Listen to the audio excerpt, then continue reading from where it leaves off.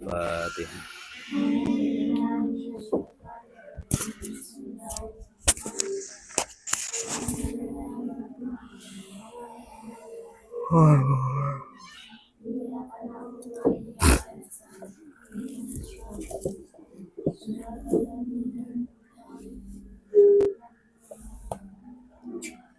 Bismillahirrahmanirrahim.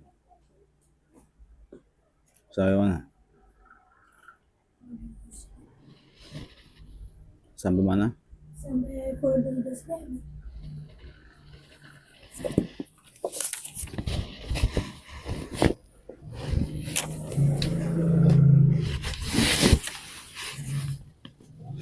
Halamannya? 2, 3. Faslun utawi iki iku ana fasal suwiji. Furudul ghusli utawi pira-pira rukune adus. Iku isnani rong perkara.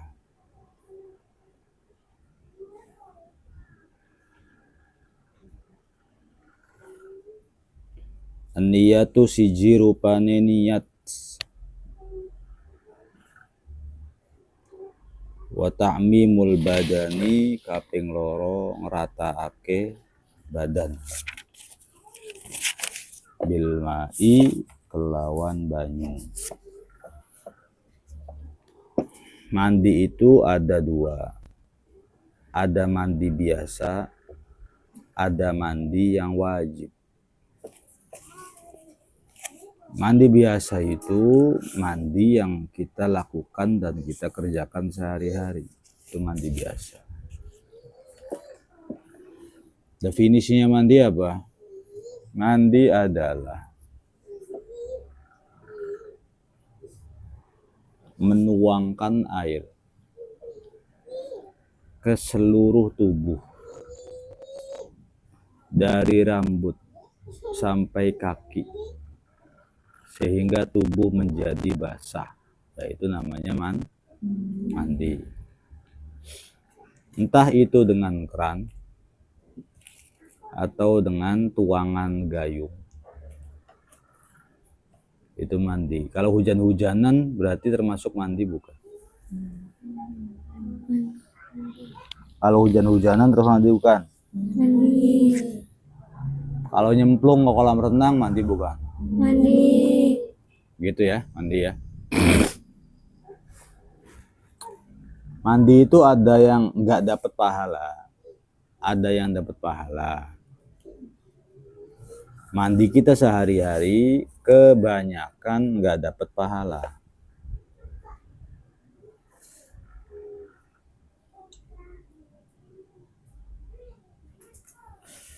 Mandi kita sehari-hari kebanyakan nggak dapat pahala.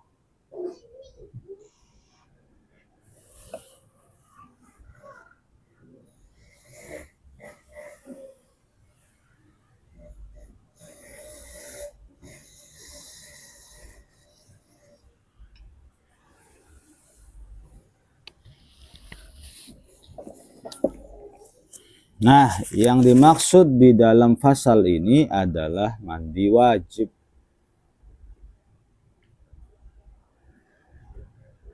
Mandi yang harus dikerjakan. Yang kalau tidak dikerjakan, maka mendapatkan dosa. Bagi orang yang sudah mukallaf. Kalau kayak Neng, kayak Asma, maka anak-anak itu belum dikenakan hukum. Mau sholat, mau enggak, mau ngaji, mau enggak, mau wudhu, mau enggak, mau mandi, mau enggak, terserah. Sholatnya enggak dapat pahala. Enggak sholatnya enggak dapat dosa. Itu kalau masih kecil. Sampai kapan? Sampai baligh. Nah, ketika seseorang sudah sampai di puncak baligh, maka seluruh hukum akan datang kepada dia. Ngehina orang dosa, ngeledek orang dosa, musuhin orang dosa, mencaci maki orang dosa, nyindir orang dosa. Kalau masih kecil mau beranteman juga nggak dosa. Jangankan berantem beneran aja nggak dosa. Enakannya dari anak kecil loh. Tapi setiap anak kecil itu pasti lama kelamaan besar. Nah, setelah besar, setelah balik, maka anak kecil itu sudah bukan lagi anak kecil, tapi sudah masuk dalam wilayah remaja atau dewasa. Kalau Mbak Naura tuh head loh. Sudah. Nah, berarti sudah balik. Sapira sih? Sudah lagi balik. Malik belum. Malik belum. Lo Malik maka masih jingkrak-jingkrakan, main di genteng, ya terserah Malik aja. Mau sholat, mau enggak, masih kecil namanya. Nah, kalau sudah balik, maka ada istilah namanya mandinya mandi wajib. Yang kalau nggak mandi, kamu dosa. Gitu. Penyebab seseorang harus mandi. Yang pertama, keluarnya sperma. Yang kedua, keluarnya haid, darah haid. Yang ketiga, berhubungan intim, baik dengan suami yang sah ataupun berzina. Berhubungan intim, berzina, maka tetap harus mandi wajib. Kapan mandi wajibnya? Kalau mau sholat. Gitu. Ada adzan duhur, dia masih dalam keadaan junub berarti, karena belum mandi, maka mandi dulu. Kalau masih jam 9, 10, 11, misalnya si dia zina atau berhubungan intim di jam 7, ya jam 8, jam 9, jam 10, jam 11, jam setengah 12 belum mandi, belum wajib mandi. Tapi ketika mau sholat baru wajib mandi.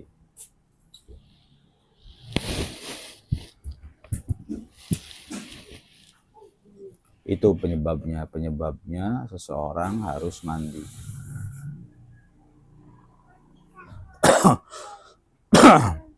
Zina kan perbuatan dosa. Iya, dosa.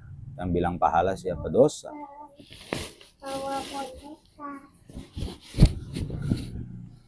Tapi karena zina itu dukhulul hasyafa ilal farji, memasukkan hasyafa ke dalam farji, maka wajib mandi.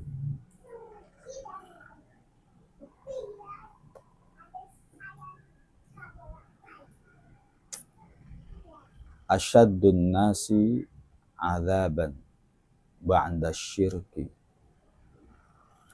rajulun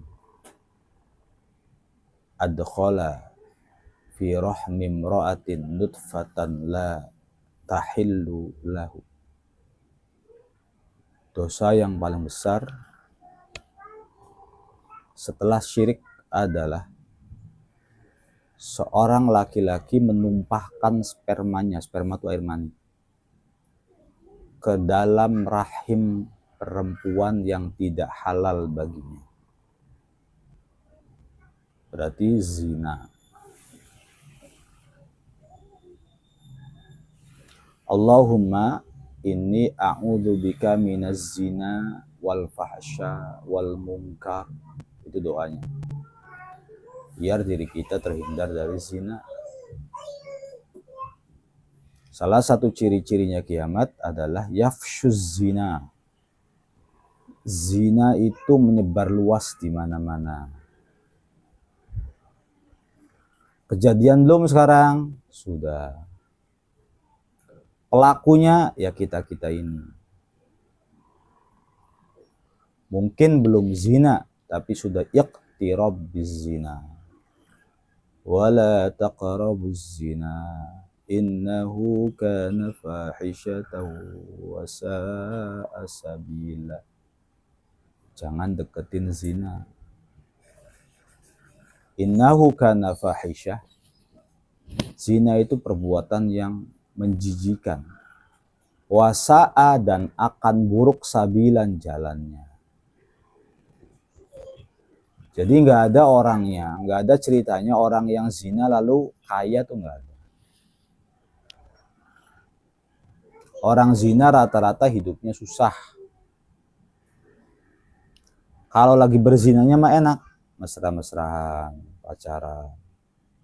Tapi dampaknya nanti kalau sudah dewasa biasanya orang-orang yang hidupnya susah itu ditanya, kenapa kamu hidupnya susah, nyari uang aja susah. Kenapa kamu itu ngutang sana sini. Kenapa rumah aja belum punya sampai ngumpang sini semua sini.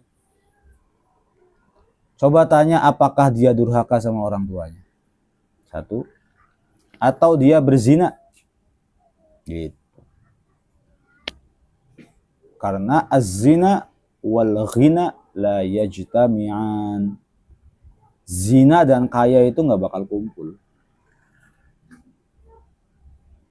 Makanya kalau misalnya di pondok, jangan suka ngomongin laki-laki. Jadi perempuan tuh yang jual mahal, nggak mau kenal laki-laki. Itu nggak tahu mau sama dia. Itu yang benerin motor, yang benerin nggak tahu siapa dia. Itu mangarip, bodoh amat. Mau Arab, mau Arif, mau Arub juga. Mau sekrup kayak saya enggak. Ya itu perempuan yang hebat tuh begitu. Jangankan dekat sama laki-laki, kenal namanya aja tuh enggak. Apalagi follow-followan, murahan.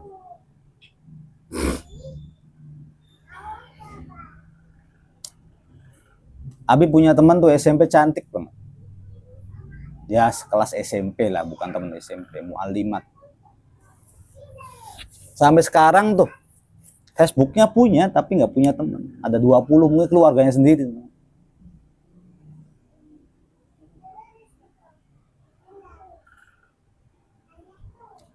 Namanya cantik rupa, cantik akhlak. Kalau pacaran nanti buruk rupa, buruk akhlak.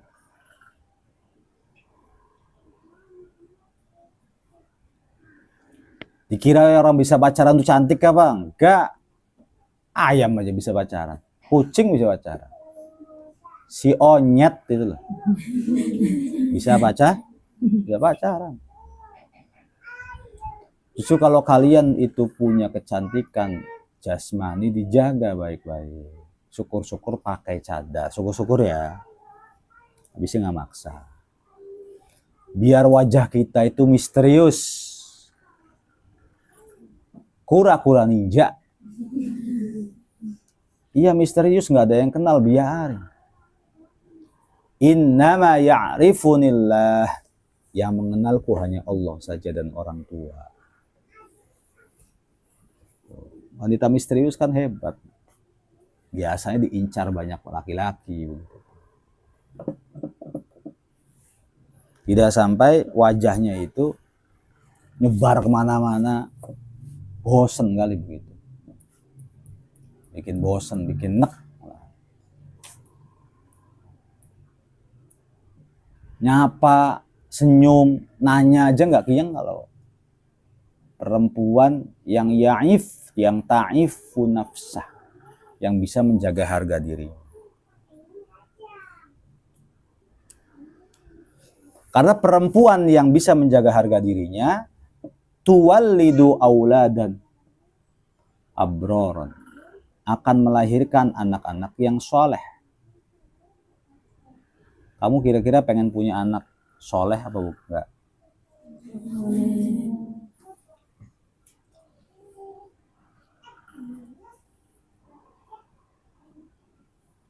Halo, Ya, halo. halo. Siapa ini? Arya, Abi. Oh, ada apa lah? Ini mau nanyain kunci kandang. Oh, ada di Bu Kiki. Oh, udah dibunyi. Kalau nggak ada di Bu Kiki, nanya sama yang lain ya. Tolong diam, Abi.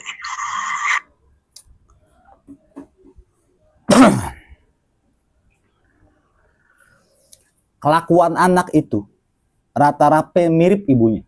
Rata-rata mirip ibunya. Perilaku anak tuh mirip ibunya. Anak kalau pinter ngomong berarti emang ibunya pinter ngomong. Anak kalau cengeng berarti ibunya ya, bukan cengeng tapi suka empati sama orang lain. Gitu loh bahasanya. Ngerti ya? Kalau ada anak nggak mau bergaul dengan siapa-siapa berarti ibunya apa? Selektif memilih teman. Bahasanya kan begitu. Bisa kan yang blesak-blesak, yang jelek-jelek dibagus-bagusin sama kita juga.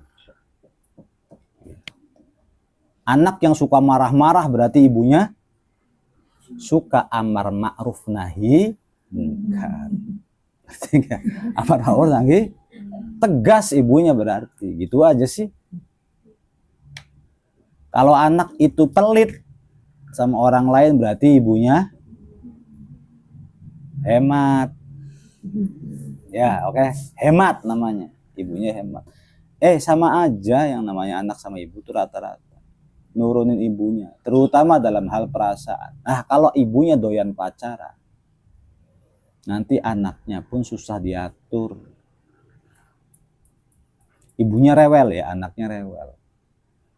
Jadi, dalam rangka memperbaiki keturunan-keturunan ke depan, anak-anak kita kalian perbaiki diri sendiri. Ibu-ibunya calon ibu-ibu. Ini calon ibu-ibu, calon bapak-bapak coba. Ibu-ibu. Perbaiki diri sendiri. Akhlaknya, perilakunya, cara bicaranya, yang genit, yang centil ditahan bicaranya. Jangan bawel. Yang gampang benci orang ditahan hatinya, banyak istighfar. Diperbaiki lah, diri kita diperbaiki. Nanti ketika diri kita diperbaiki, lama-kelamaan jadi kebiasaan. Misalnya orang rewel bisa nggak jadi orang pendiam? Bisa. Tapi prosesnya lama. Ngomong kayak tawon. Nanti lama-kelamaan nih bisa jadi baik, bisa jadi diem. Kalau bicara yang penting-penting saja. Kan min husni islamil mar'i tarkuhu ma la ya'ni. 1 tahun, 2 tahun, 3 tahun jadi malas ngomong lama-lama. Orang tergantung biasa.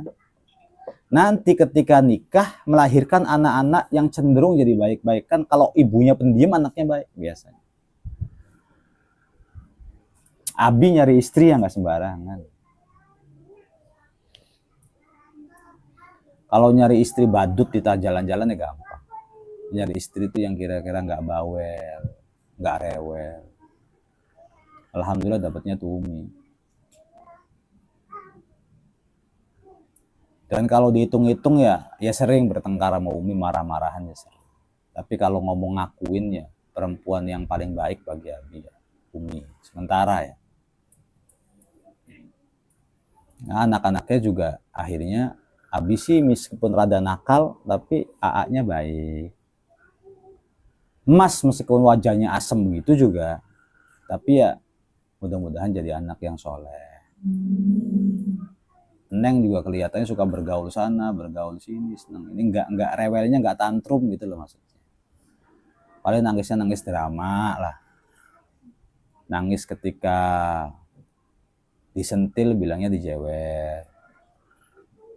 Nangis ketika dikepus, bilangnya kena angin turbo gitu loh. Nah itulah namanya orang suka drama kan begitu ya. Namanya drama dibesar-besarin. Sakitnya sakit sariawan, bilangnya bengkak semua, badan-badan, kena kanker, kena tumor. Nah orang suka drama tuh kan begitu. Kalau Neng sih masih sekedar itu, nggak sampai tantrum. Karena apa? Perilaku biasanya mengikuti orang tuanya, terutama ibunya. Kayaknya sih kayaknya kalau dipikir-pikir satu-satunya pesantren baik di Cirebon atau di Indonesia mungkin yang ibunyainya jangankan nasehatin, ngimamin aja enggak tuh ya Umi cuma. Pernah ngimamin gak sih? Pernah kayaknya sih sekali dua kali. Tapi abis sih nggak pernah ngonangin dia ngimamin sholat. Itu nasehatin santri sih nggak bisa nasehatin. Nah kamu kalau sama Umi yang sabar. Kalau nyamperin baik. Tapi jangan berharap untuk banyak ditanya. Karena sebenarnya Umi itu aslinya pendiam level 9. Abi sih pengennya kalau sama kakak-kakak Abi tuh Umi tuh sumeh. Ini kakak-kakak Abi nih ya. Umi tuh nanya duluan atau apa. Tapi Umi gak bisa. Kadang-kadang Abi gemes gitu tuh masih. Sampai di tangga-tangga Abi kan saudaranya Abi. Ada ibunya Syami'ah. Syami'ah. Ada ibunya Op. Itu kok saudaranya Abi. Sepupunya Abi itu tuh. Ada Mbak Opah kakaknya Angmu, ada Mimang, itu saudara-saudara Abi semua. Cuman Uminya nggak bisa deketin. Dan resikonya punya istri pendiam. Akhirnya mereka menganggap Umi itu sombong. Gitu. Anggapnya tuh Umi itu sombong. Enggak sombong. Om, ayo sih Om, ajak cerita apa? Ngomong apa katanya? Ya, Mimang sehat. Masa sehat aja nggak bisa sih? Memang sehat, nggak bisa coba ngomong begitu. Yuk diajarin ngomong dulu yuk. Harus banget diajarin ngomong gitu. Sekarang tuh Umi di sini tuh rada suka ngomong karena udah lama sih nikah sama Abinya, jadi ketularan bawelnya kayak Abi. Wah dulu mau diem kayak Candi Borobudur. Jadi kayak kalau di sini Abi tuh ngelihatnya ada nuruninnya kayak Mbak Neng Anamat udah rada nurunin dia. Saudara juga sih. Diem tuh diem bisa, nggak mau ngobrol, nggak mau. Ya Abi lagi ketemuan keluarga, Umi di sampingnya Abi. Abi kesana dia kumpul sama perempuan tuh nggak nyaman. Abi kan kumpul sama laki-laki, Umi sama perempuan tuh nggak nyaman, pengennya ikut sama Abi. Kumpul dengan laki-laki ya tomboy dong gitu. Jadi itu di sisi lain orang pendiam tuh punya kelebihan, di sisi lain kekurangannya itu. Kekurangannya tidak bisa bersosial. Tapi dampaknya anak-anak, Abi sih ngerasapin jadi anak-anaknya baik. Karena jarang ngomong. Kalau jarang ngomong, jarang berbuat dosa. Jarang bohong, jarang fitnah orang, jangan suka ngomong orang. Jarang gitu. Berbeda dengan orang yang ngomong baik. Man kathuro kalamuhu, barang siapa yang ngomongnya banyak, kathuro sakotu, maka banyak tergelincirnya. Waman kathuro sakotuhu, kathuro kizbuhu, dan barang siapa yang banyak tergelincirnya, banyak bohongnya. Waman kathuro kizbuhu, kathuro sayyiatuhu, barang siapa yang banyak dosanya, banyak bohongnya, banyak dosanya. Artinya kita nanti tuh punya anak-anak, itu pasti. Dua kemungkinan, punya anak atau mandul. Mudah-mudahan kita termasuk orang-orang yang subur punya anak. Dua kemungkinan, antara kita nikah atau mati duluan. Milih mana? Nikah. Iya kan, pasti. Mudah-mudahan umur kita 2000 tahun. Amin ya wis rasain sendiri. Tersiksa kamu 2000 tahun. Manusia paling keriput di dunia. Ya kamu bisa-bisa tambah kecil, sekucing nanti. Gak ada orang umur 2000 tahun tuh diaminin segala. Umur tuh paling-paling nyampe-nyampenya berapa? 200 tahun. Tapi sudah jarang. Sekarang 100 tahun aja jarang. Paling umur kamu itu 70 tahun. Kalau sekarang umur kamu 13 tahun atau 15 tahun, maka sisa umur kamu itu paling-paling 57 tahun. Bentar lagi, segitu tuh bentar lagi. Tapi pasti kelak nanti bakal nikah. Kalau nikah pasti punya anak. Idza mata ibnu Adam inqata'a amaluhu illa min salas shadaqatin jariyah au ilmin yuntafa'u bihi aw waladin sholihin yad'ulah. Kalau seseorang mati, maka tidak akan meninggalkan apapun kecuali 3 perkara. Yang pertama, shodaqah jariyah. Yang kedua, ilmu yang manfaat. Yang ketiga, anak yang soleh. Kuayang kamu punya anak bandel tuh capek. Capek punya anak bandel tuh. Nangisnya sekeras-kerasnya, se-RT dengar semua. Gaplok-gaplok orang tuanya, main handphone terus. Dilarang marah. Abi mah ya manjain ke Neng, tapi kalau diplototin dikit aja udah takut. Sini HP-nya. Dan Abi sih ngerasa paling beruntung karena Mas Neng tuh nggak nyandu handphone. Nggak nyandu lah maksudnya. Ya kalau dikasih rebutan, pasti itu mah. Kalau dikasih rebutan. Tapi kalau ada handphone ngeletak tuh, enggak, tangannya enggak ini, enggak selamitan, enggak berani mereka. Kayaknya emas yang teriak-teriak sampai takbir kayaknya. Abi masukin ke dalam kandang macan, kamar mandi maksudnya. Abi tutup, ampun, kayak orang disiksa di Irak. Ampun. Neng juga tak gituin, pernah kayaknya. Tegas sama anak. Ya sekarang sih nggak berani lihat HP, paling lihatnya begini.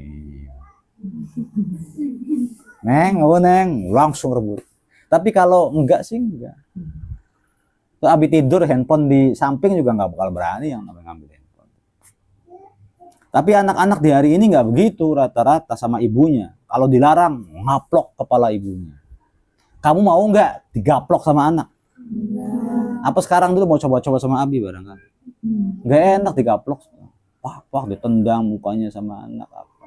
Nah, kita tuh berharap punya anak yang nurut, anak yang baik. Kalau kita pengen punya anak yang baik, kita sebagai ibunya dulu harus baik. Ngerti nggak? Nurunin soalnya. Ngerti kan? Tidaklah mangga itu tumbuh kecuali dari pohon yang subur. Ngerti kan? Mangganya mati, daunnya kuning-kuning. Lalu ada buahnya, aneh ini. Ngerti? Aneh, nggak ada begitu tuh ceritanya tuh. Ada pohon, pohon kersem lah, atau aja, kersem.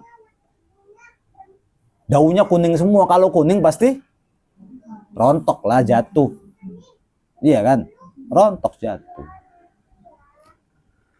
Tinggal tiang-tiangnya aja. Terus kersemnya aja ada, nggak mungkin.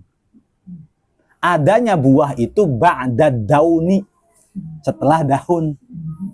Ngerti nggak? Adanya buah itu setelah daun. Adanya daun itu dari tangkai yang sehat. Paham dong? Tangkai yang sehat melahirkan daun yang sehat. Daun yang sehat membuahkan anak. Anaknya jadi manis. Gitu loh ilustrasinya. Ayahnya baik, ibunya baik, menumbuhkan anak yang baik. Tapi kalau ibunya nggak baik, anaknya jadi nggak seger, pucet. Pucet anaknya.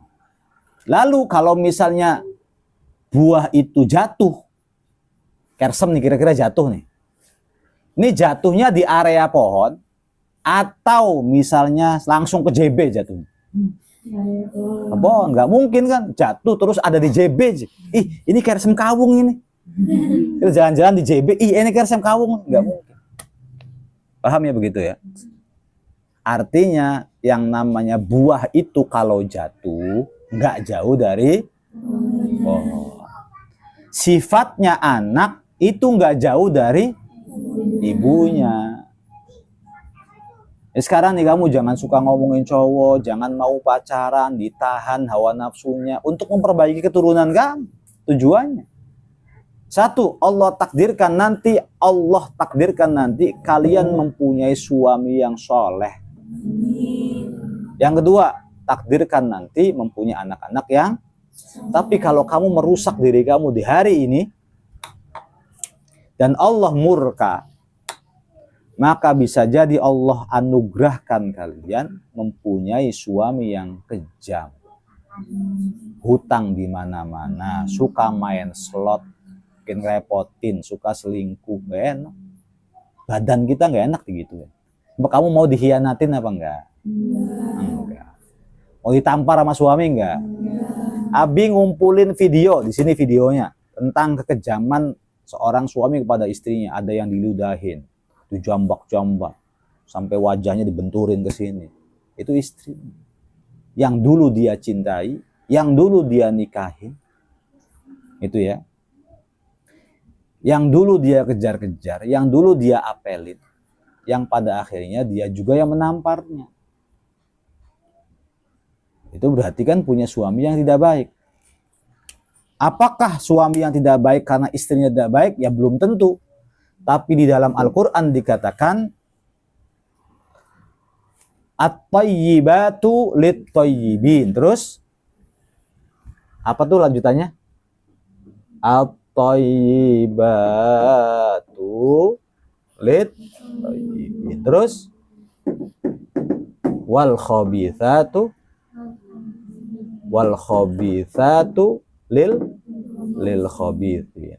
Perempuan-perempuan yang baik nanti akan dijodohkan dengan laki-laki yang baik. Perempuan-perempuan yang menjijikan, nanti menjijikan, murahan, itu akan ketemu dengan khabithin, laki-laki yang seirama. Jadi laki-laki perempuan itu seirama.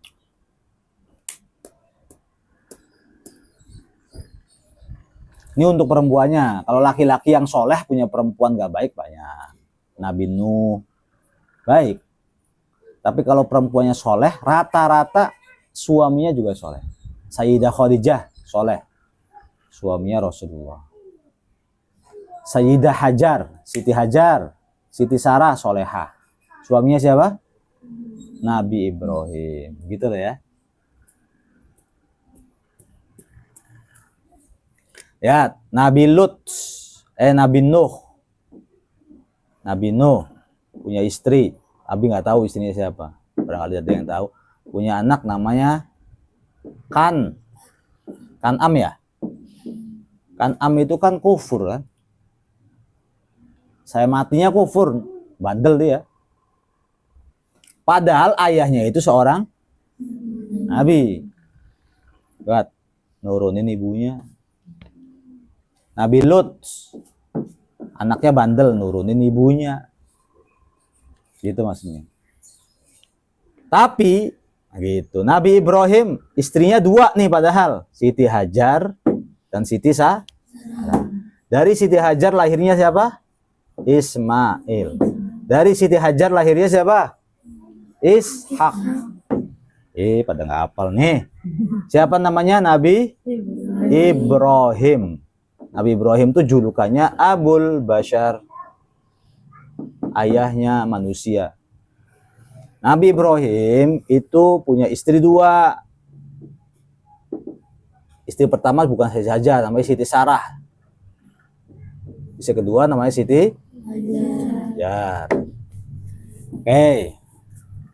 Lahirlah dari istri kedua dulu, yaitu Nabi Ismail. Jadi yang lahir Nabi Ismail dulu. Dari istri kedua.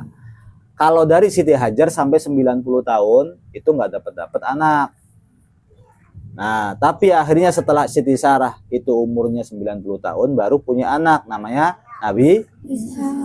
Jadi Nabi Ishak dan Nabi Ismail itu kakak adik, beda ibu satu ayah. Ngerti ya? Gitu. Tapi istri-istrinya solehah, anaknya soleh. Nah, Nabi Ishak nanti punya anak itu Nabi Yakub. Nabi Yakub punya anak Nabi Yusuf. Nabi Yusuf itu julukannya Karim, Ibnul Karim. Nabi Yusuf itu anak mulia, anaknya orang mulia.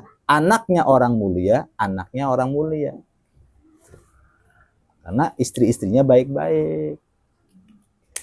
Nah, Nabi Yusuf nggak ada keterangan nih punya anak baik apa enggak, karena istrinya begitu sih. Ngerti ya? Nggak ada keterangan. Punya anak hebat apa enggak. Kalau Nabi Ismail nggak ada keterangan kecuali langsung baginda Nabi Muhammad Shallallahu Alaihi Wasallam. Jaraknya kan jauh, cucunya lah gitu. Kalau ini kan langsung berurutan, Nabi Ibrahim, Yusuf bin Yakub bin Ishak bin Ibrahim, nurunin jadi gitu. Nabi Ishak sama Nabi Ismail kakak adik, cuman Nabi Yusuf ini namanya Karim, orang mulia. Kenapa orang mulia? Nabi Yusuf itu kesayangan ayahnya Nabi Yakub. Sampai pada saat Nabi Yakub kehilangan Nabi Yusuf, nangis terus. Nangisnya sampai buta. Kan Nabi Yusuf tuh diajak sama saudara-saudaranya. Lalu dijongkrongin ke sumur. Ya kan? Fi ghayabatil jub. Jongkrongin ke sumur. Ceritanya itu begitu. Lalu saudara-saudaranya itu bilang sama Nabi ayahnya, ya ini gimana Yusuf dimakan sama serigala, gitu, ini darahnya. Nangislah Nabi Yakub. Ceritanya begitu. Nangis Nabi Yakubnya. Nangisnya terus-terusan. Orang kehilangan anaknya gimana sih? Sementara Nabi Yusufnya berada dalam sumur, bukan mondok ya, di sumur. Iya, sok. Kamu mondok sering ditanya orang tua, masih ketemu orang tua sehat, kamu sehat, nangis baik. Nabi Yusuf itu dijongrongin di dalam sumur, anak-anak. Berpisah dengan ayahnya selama 80 tahun. Bukan lebaran pulang. Ngerti kan? 80 kamu lebaran pada pulang. Suka pada mewek. Nabi Yusuf itu 80 tahun nih, 1 tahun itu 360 hari. 1 bulan tuh 30 lama enggak, Bu? 80 tahun lama enggak? Lama banget gitu. Lamanya tuh lama. Abi aja kayak enggak kurang ridho berpisah selama 80 tahun. Anak dan orang tua berpisah selama 80 tahun, dijongkrongin di sumur. Sudah dijongkrongin di sumur, kemudian diangkat, dijadikan pameran.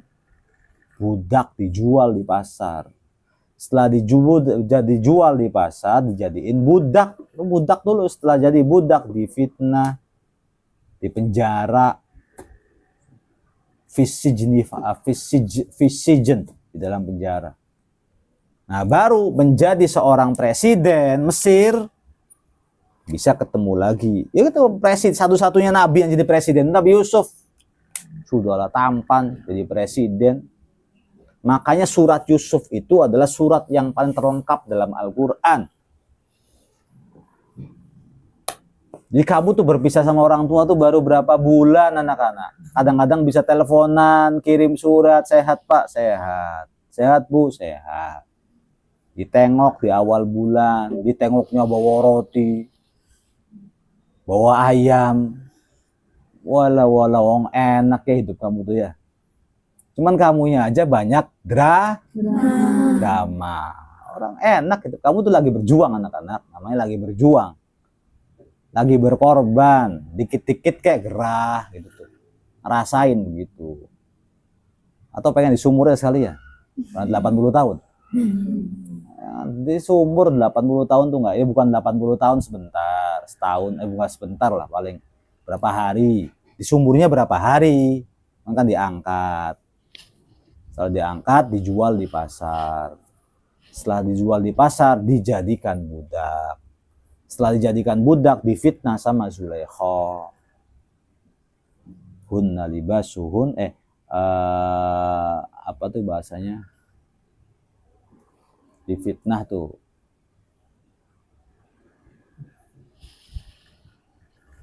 Setelah difitnah baru dipenjara. Jadi hidupnya tuh nggak enak Nabi Yusuf. Tapi jadi presiden, ini bisa jadi ini ya, bisa jadi motivasi ya. Kalau anak-anak hidupnya pengen mulia, terhormat, maka sekarangnya jadi kepompong dulu. Tahu kepompong nggak? Kepompong. Nah, kalau dari kepompong tuh kamu kejijian nggak kalau ada kepompong? Jijik. Kepompong tuh kayak ulet tuh. Tapi nanti kalau dia sudah tirakat, ya.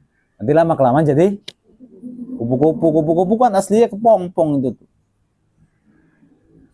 Iya kan, kepompong tuh ngelingker bae. Puasa. Iya lah, puasa kayak ulet menjijikan di tempat terpencil. Ada kepompong tuh. Nah, kamu di pondok tuh bukan kepompong, bukan apa, di tempat keramaian kawung di bawah tower. Kurang hebat apa coba? Ada di bawah kurang hebat apa, ada bawah deket sama JB. Pesantren model apa begini? Deket sama JB. Deket sama keramaian tuh. WJM kan rame orangnya. Ada budak Risma kan rame orangnya. Deket dengan keramaian di perkotaan, mobil lalu lalang, motor ada. Kepompong macam apa begitu. Paham ya?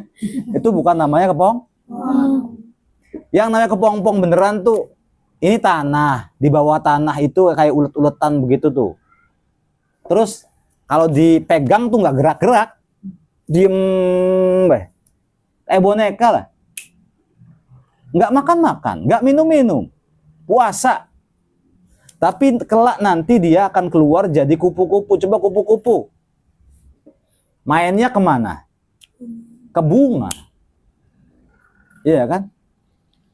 Beda sama lalat. Lalat sih bukan kepompong dia. Begitu keluar dari perutnya langsung nyebar kemana-mana mainan. Baik. Uletnya lalat tahu? Uletnya lalat tahu nggak?